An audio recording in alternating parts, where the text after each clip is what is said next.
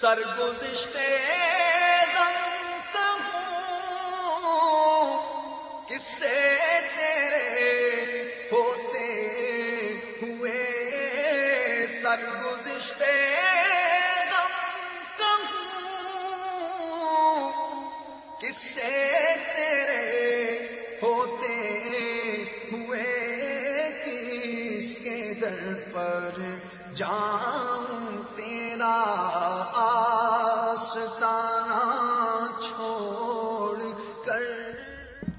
یہ سوال ہے کہ لطائف ہوتے کیا ہیں، دوسرا کہ لطائف جاری کرنے کا طریقہ، کہ لوگ کو لطائف جاری کیسے کریں۔ ہاں دیکھیں، پہلے دیکھتے ہیں کہ لطائف ہیں کیا۔ اس کو بالکل سطحی لحاظ سے سمجھتے ہیں، ٹھیک ہے۔ جیسے ہمارے جسم میں مختلف آرگنز ہیں، ان میں جو بڑے بڑے آرگنز ہیں وہ دل ہے، جگر ہے اور دماغ ہے، صحیح ہے۔ اس سے ہم حیات ہیں، زندہ ہیں، ٹھیک ہے۔ گردے بھی ہیں، پھر معدہ بھی ہے، لیکن بڑے آرگنز یہ ہیں۔ اسی طرح ہمارے روح کے بھی کچھ آرگنز ہیں، کیا ہیں؟ ہاں، یہ سمجھنے کے لیے ہم کر رہے ہیں، ٹھیک ہے۔ ہماری روح کیا ہے؟ وہ ایک طرح سے نور ہے، کیا ہے؟ نور ہے، امر ربی ہے، عالم امر سے آئی ہے نا۔ اب اس میں شیخ اکبر والا آ جائے گا سارا، خیر چلیں اس کو پھر بھی اور زیادہ جو نا سطحی لحاظ سے اور سمجھتے ہیں۔ تو اس کے بھی جو ہے نا وہ آرگنز ہیں، 7 آرگنز کہتے ہیں ان کو، صحیح ہے۔ اب اس میں جو 7واں ہے نا، جس کو قالبیہ کہتے ہیں، اب بعض اس کو لطیفہ مانتے ہیں، بعض نہیں مانتے، اس پہ ایک الگ بحث ہے۔ اچھا، اب یہ جو ہے نا روح کی اصل صلاحیتوں کو کھولنے کے لیے آرگنز ہیں۔ یہ جب بچہ پیدا ہوتا ہے نا، تب اس کے لطائف بڑے زبردست جاری ہوتے ہیں، ہر بچے کے جاری ہوتے ہیں لطائف، وہ آیا ہوتا ہے نا، قرب سے آیا ہوا ہوتا ہے۔ آہستہ آہستہ جیسے جیسے زندگی ہماری گزرتی ہے، ہم بڑے ہوتے ہیں، تو ہمارے جسم پہ جو ہے نا، یعنی ان نور کی آرگنز پہ میل چڑھتا جاتا ہے، چڑھتے چڑھتے چڑھتے چڑھتے یہ خام حالت میں آ جاتے ہیں۔ جیسے ہیرا ہوتا ہے نا، وہ زمین سے ملتا ہے، وہ ہوتا ہے ہیرا ہی ہے، لیکن وہ خام حالت میں ہوتا ہے۔ پھر اس کی رگڑائی کرتے ہیں، کٹائی کرتے ہیں، پالش ہوتی ہے، پھر کیا ہوتا ہے؟ پھر وہ چمکنے لگ جاتا ہے نا۔ تو بالکل ایسے ہی ہوتا ہے کہ ہمارے جو یہ لطائف ہوتے ہیں یہ خام حالت میں آ جاتے ہیں، پھر ذکر سے جو ہے وہ ہاں ان کی صفائی کی جاتی ہے، ان کے خاص طریقے ہیں، ان کے جو ہے وہ خاص طریقے بزرگان دین نے متعین کیے ہیں۔ اب ہر لطیفہ جو ہے نا، جیسے سب سے پہلے جو ہے وہ قلب پر محنت کروائی جاتی ہے، لطیفہ قلب پر، اس کے بعد روح پہ جاتے ہیں۔ تو ہر ایک لطیفہ جو ہے اس کی ایک خاصیت ہے، یعنی اس کے کچھ خواص ہیں، اور یعنی جب وہ اچھی حالت میں ہوگا، چمک رہا ہوگا، نور سے بھرا ہوا ہوگا، تو وہ کچھ تاثیرات ہوں گی جو ظاہر کرے گا، اور اس کی کچھ بیماریاں ہیں کہ جب وہ صحیح حالت میں نہیں ہوگا تو وہ بیماریاں ظاہر ہوں گی۔ جیسے قلب ہے، قلب کے حوالے سے بزرگ کہتے ہیں کہ بھائی یہ جب غلط حالت میں ہوگا تو شہوت بڑھی ہوئی ہوگی۔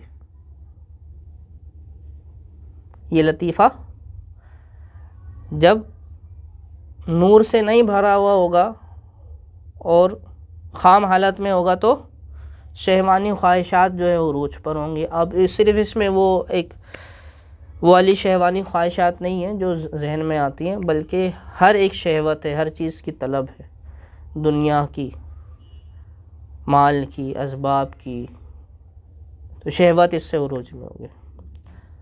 اور جب یہ نور میں بھرا ہوا ہوگا تو بالکل اس سے اپوزٹ ہوگا. طلب نہیں ہوگی کسی بھی چیز کی، بے طلب ہوگا، بے نیاز ہوگا. یہ ایک چھوٹی سی بات میں نے بتائی ہے. اسی طرح پھر روح ہے، پھر سر ہے، پھر خفی ہے، اخفا ہے، پھر نفس ہے، اور پھر قلبیہ جس کو سلطان الاسرار کہتے ہیں. آگے سمجھ میں؟ ہر ایک لطیفے سے دوسرے لطیفے کی سیر میں 10,000 ایجاب ہیں.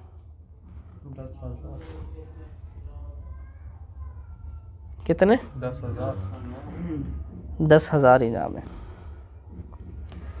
اور یہی عالمین کی سیر ہے اس میں. تو اصل تو دیکھیں جاری ہونا کافی نہیں ہوتا جب تک سیر نصیب نہ ہو. جب تک ان کا عرفان نہ ملے نا تب تک صرف جاری ہو جانا کافی نہیں ہے.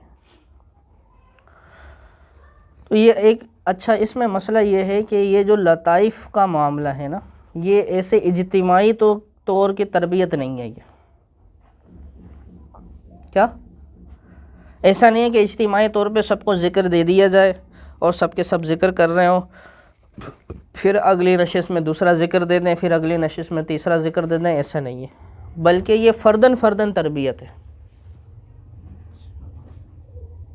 کیا؟ ہاں، کیونکہ ہر کسی کے لطائف ایک جیسے نہیں ہیں. نہ ہر ایک پر جو میل چڑھا ہوا ہے وہ ایک جیسا ہے، نہ ہر ایک کی قوت سالبہ ایک جیسی ہے نا. تو اسی لیے یہ ہر ایک فرد کی ایک الگ تربیت ہے. وہ شیخ کے پاس آ کے بیٹھے گا، طلب کرے گا. پہلے تو یہ طلب کرنے پر ملتا ہے، بلا طلب نہیں ملتا یہ. پھر اس کو سب سے پہلے سبق ملے گا قلب کا. اب بعض بڑے بڑے بزرگان دین کہتے ہیں کہ بھائی ہم 3-4 سال تک قلب پر ہی رہے، آگے نہیں بڑھے. پھر شیخ خود دیکھے گا جاری تو ہو جاتا ہے. وہ تو ایسے ہاتھ رکھتا ہے نا تو وہ اس کو احساس ہو جاتا ہے کہ کوئی چیز پھڑک رہی ہے، تو جاری تو ہو جائے گا وہ. لیکن پھر اس کا عرفان اس کو ملا یا نہیں ملا، اصل یہاں ہے کہ وہ کس لیے کیا تھا. وہ جو مقاصد حاصل ہونے تھے وہ ہوئے یا نہیں ہوئے. جب شیخ دیکھ لے گا یہ ہو گیا،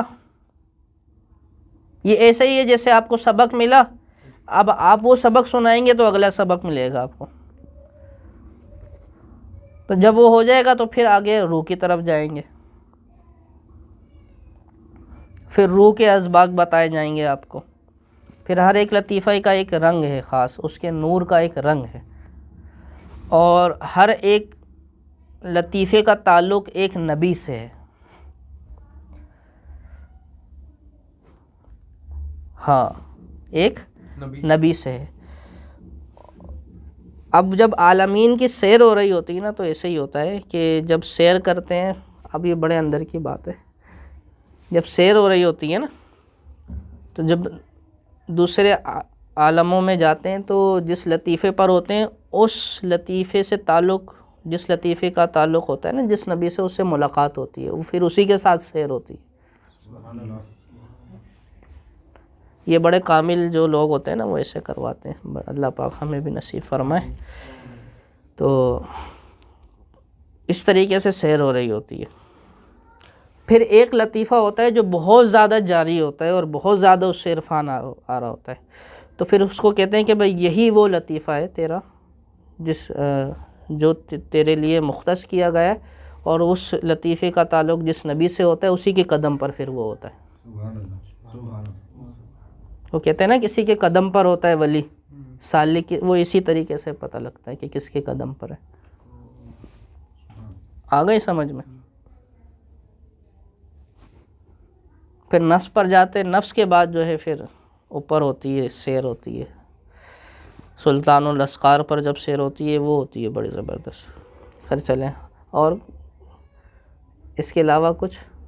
یہ ذکر جو ہوتا ہے نفی اسباب کے حوالے سے، نفی اسباب ہاں ہاں، کے جو اثرات ہیں کہ اور اس کو کس طرح کریں. نفی اثبات کس طرح کرنا چاہیے؟ دیکھیں ایک تو عوامی طریقہ ہے، وہ جو ذکر کی محفلیں کر رہے ہوتے ہیں تو نفی اثبات کرتے ہیں. نفی اثبات کہتے ہیں نفی یعنی نہیں اور اثبات اور ہاں، یعنی اس سے مراد کلمہ طیبہ ہے لا الہ الا اللہ. نفی اثبات یہ بھی بزرگوں کا طریقہ. ایک تو وہی عوامی ہے، تو عوام تو جہری طور پر جو ہے وہ کرتی رہے جیسے کر رہی ہے، اس کو ثواب بھی ملے گا. خواص کا یہ ہے کہ آپ کون سی منزل پر ہیں، آپ کہاں ہیں اور کیا کرنا چاہتے ہیں، اس کے لحاظ سے نفی اثبات دیا جاتا ہے. وہی جیسے ابھی بتایا نا، تو بعض لوگ نفی اثبات سے سارے لطائف کو جاری کرواتے ہیں. بعض کہتے ہیں کہ نفی اثبات کے ہی کچھ حصے ہیں، جیسے لا الہ الا اللہ، اللہ اور صرف ہو. کہتے ہیں یہ الگ الگ لطائف کے ذکر ہیں،